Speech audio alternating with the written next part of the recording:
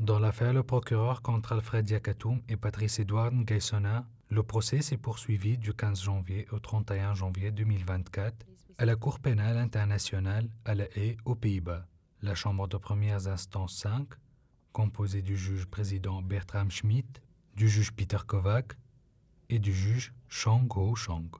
M. Alfred Diakatoum et Patrice Edouard Nguessona sont accusés des crimes de guerre et des crimes contre l'humanité commis par les groupes armés anti-Balaka contre la population civile musulmane, lors d'un conflit qui les opposait aux groupes armés Séléka en République centrafricaine en 2013 et 2014. Les deux accusés ont été présents en salle d'audience.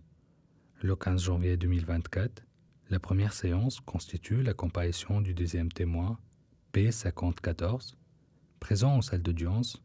Elle a bénéficié de mesures de protection impliquant le floutage de l'image ainsi que le recours à pseudonyme et au huis clos partiel. Une fois le premier huis clos passé pour des raisons d'identité, le conseil de la défense de M. Diakatoum, Mme Mélanie Dimitri, a interrogé Mme la témoin sur les événements survenus au secteur PK9. Le témoin a détaillé les circonstances difficiles où une foule hostile s'est formée devant la maison, alimentée par la présence des musulmans. Elle a aussi mentionné l'intervention salvatrice de M. Diakatoum, qui l'a protégée, elle et ses enfants. Alors, madame, est-ce que vous pourriez maintenant nous expliquer ce qui se passe une fois que vous êtes dans cette maison, dans le secteur PK9? 4 à 5 minutes, j'ai entendu quelqu'un parler. Je ne l'ai jamais vu, je ne l'ai jamais vu. J'ai juste entendu parler de lui. La personne a dit, mais ils sont où? Où sont ces personnes? Quand ils sont entrés, j'ai eu peur. Je me dis, ah, peut-être qu'il est venu nous tuer aussi. Il est venu nous dire, madame, n'aie pas peur.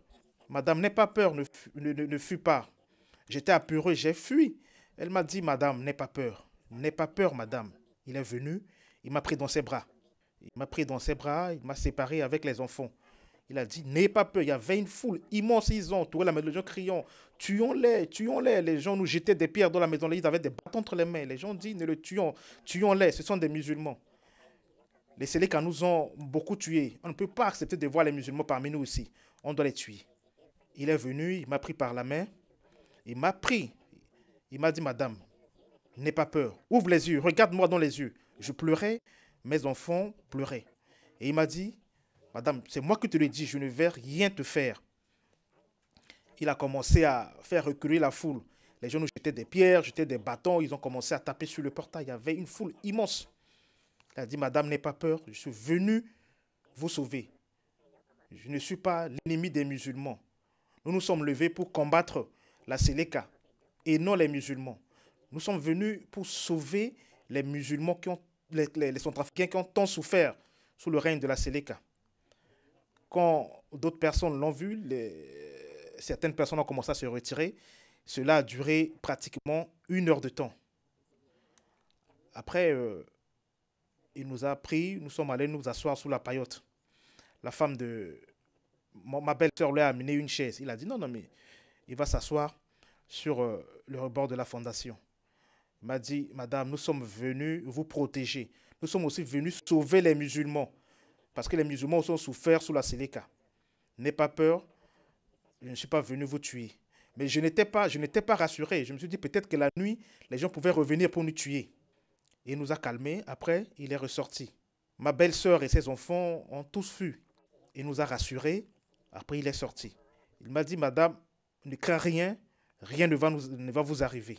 Vous avez parlé longuement de Il, celui qui vous a dit ne craignez rien, celui qui vous a pris dans ses bras, celui qui vous a apporté à manger, celui qui a crié contre les membres de la population en leur disant nous sommes contre les Séléka, pas contre les musulmans. Qui est cette personne? Quel est son nom? Il s'appelle Yekatom, Alfred. Est-ce que cette personne se trouve ici dans la salle d'audience? Oui, quand j'étais rentré dans la salle, je l'ai vu. Au moment où les gens s'étaient levés, il s'est levé aussi, je l'ai vu. Il est dans cette salle. Une fois le premier huis clos passé, c'est à M. Lucio Garcia, pour le bureau de procureur, de commencer son contre-interrogatoire. Les échanges ont porté sur les événements avant et après le 5 décembre 2013 à Boeing et la connaissance du témoin de M. Yakatoum et son adjoint. Et est-ce que j'ai raison de dire, Madame la témoin, que quand vous êtes retourné à PK5, et on va revenir sur ça dans quelques instants, il y avait beaucoup de personnes qui parlaient de M. Yakatoum comme étant responsable ou qui avaient été impliqués dans cette attaque sur Bangui le 5 décembre 2013. Oui, c'est cela.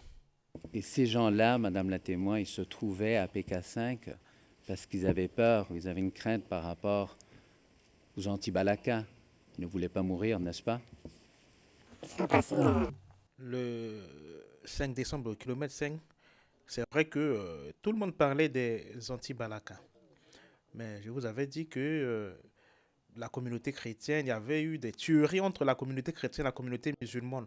C'est vrai qu'il y avait des anti-Balaka. Mais c'était la communauté, la majorité des tueries étaient réalisées par ces deux communautés-là. Durant la deuxième séance, l'accusation a fini son contre-interrogatoire en huis clos partiel. Après, c'est le tour de M. Enrique Carnero Rojo, le représentant légaux des victimes et des autres crimes. Les échanges ont couvert divers sujets, notamment le changement de tenue par des mesures de sécurité, la situation des maisons à PK5, les paiements pour traverser les barrages et la destruction des mosquées entre 2013 et 2014. Le témoin a partagé ses émotions, exprimant sa tristesse et sa colère pour les événements passés. La deuxième partie a également abordé la construction d'autodéfense pendant les événements avec les combats entre ces jeunes et les commerçants. Donc, Madame la témoin, je comprends que vous avez dû changer votre tenue vestimentaire pour des raisons de sécurité, n'est-ce pas? Effectivement, pour notre sécurité, oui. Donc, alors il y a ce fait, il y a le fait que vous ne pouviez pas porter vos vêtements musulmans habituels lorsque vous êtes rentré chez vous au PK5. Comment est-ce que vous êtes senti à ce sujet, Madame la témoin? Quel a été votre ressenti? Moi, j'étais mal à l'aise. J'étais pas dans ma peau parce que, vous savez, je suis musulman et il m'est interdit de me comporter comme les autres, hein, ou de porter les habits ordinaires. Je dois me couvrir. Alors, c'est à cause de ces événements, pour sauver notre peau, on était obligé de nous déguiser pour ne pas être facilement reconnus. Le 17 janvier 2024, la défense de M. Yakatoum a interrogé le troisième témoin, M. Mbanga Auguste, via un lien vidéo depuis Bangui, en République centrafricaine. Madame Anta Guissé, représentante du Conseil de la défense de M. Yakatoum, a interrogé le témoin. L'interrogatoire a porté sur la période à Sika 2 et à Pissa, inclut la fuite à Miskine, les incidents avec les Séléka et l'arrivée des anti-Balaka. Le témoin a partagé un discours de M. Yakatoum encourageant la collaboration avec la population, aussi la formation des enfants par les ONG après l'arrivée des anti-Balaka à Pissa. Il a noté un ralentissement des activités par crainte des Séléka, mais la vie a repris après leur départ. Le témoin a nié toute participation à une association et a été questionné sur des photos sans reconnaître d'amis enrôlés avec les anti-Balaka. Vous dites qu'il a donné une instruction. Qu'est-ce qu'il a dit exactement? Il était dans le véhicule, il a dit « Population de Pissa ». Tous les éléments que vous voyez ici, ce sont des pères de foyer qui se sont sacrifiés pour libérer la RCA. Dieu nous a permis d'aujourd'hui d'arriver à Pissa.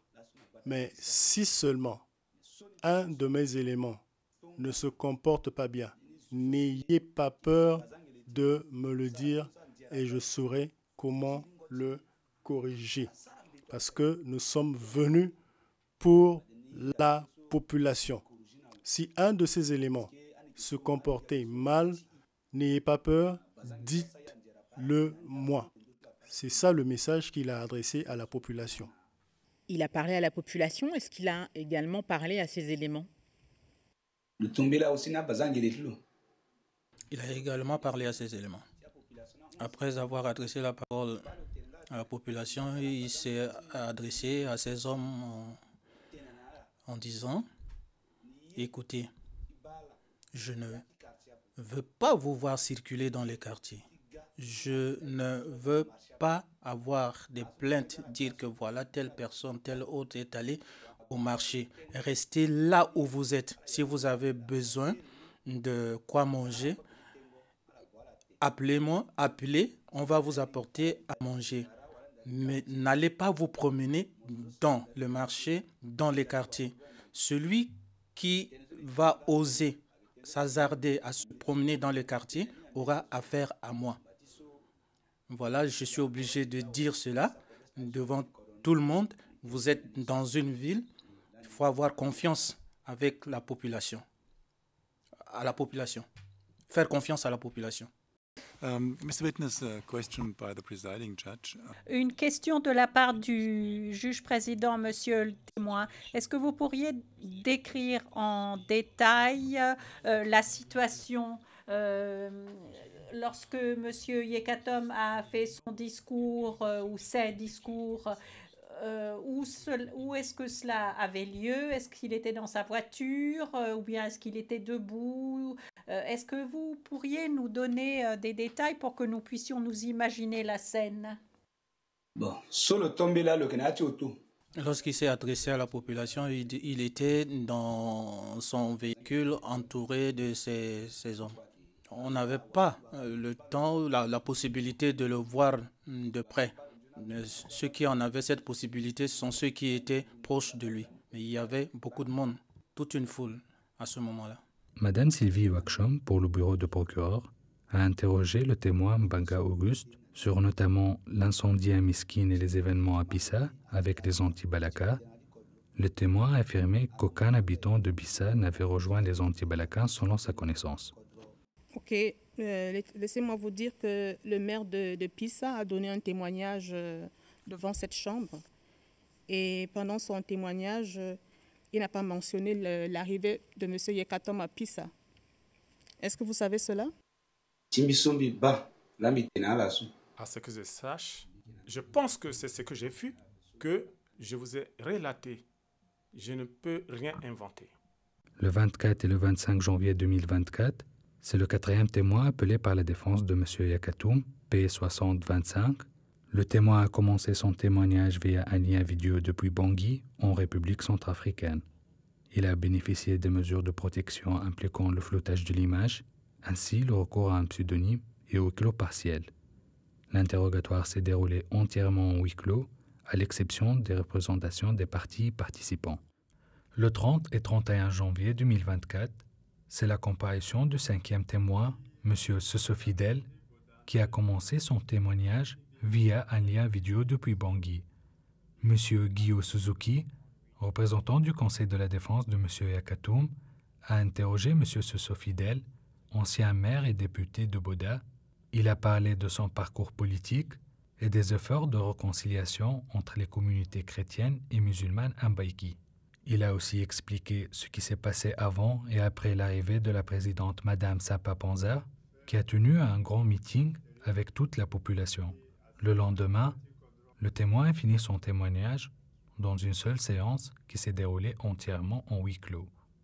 My last subject for you, Mr. Susu. J'en arrive à mon dernier sujet, Monsieur Soussou. Dans votre déclaration, vous faites référence aux réunions de réconciliation auxquelles vous avez participé. Et vous dites que vous avez rencontré des membres de la communauté musulmane à Boda. Et ma question est la suivante. Est-ce que ces réunions impliquaient qu'on aille au-delà de la ligne rouge qui séparait les communautés à Boda? Madame Samba Panza le sait. Je parle notamment de Madame Samba Panza. Ce jour-là, elle a tenu un grand meeting avec toute la population. Après ce meeting, elle a commencé à recevoir les différentes entités, les unes après les autres. L'association des jeunes, l'association des femmes, les chefs de quartier. Elle a également reçu les rares fonctionnaires qui se trouvaient sur place, puisque beaucoup étaient déjà partis. Et à la fin, elle nous a reçus. Après cette réception, nous l'avons raccompagnée pour son retour. Nous sommes restés sur place. Nous ne sommes pas retournés à Bangui. Et on était toujours avec l'évêque Rino. Il y avait évidemment une ligne rouge qui séparait les deux communautés. Les musulmans ne pouvaient pas aller chez les chrétiens et les chrétiens non plus ne pouvaient traverser la ligne rouge. Dès qu'un chrétien traversait la ligne rouge, il était immédiatement attaqué. Alors, nous avons réussi à lever cette ligne rouge et nous leur avons dit qu'ils constituaient une seule famille, il fallait travailler dans le sens du retour de la paix. Après cela, nous sommes retournés. Mais j'aimerais préciser que je ne suis pas un natif de Bangui, je suis un ressortissant de Boda.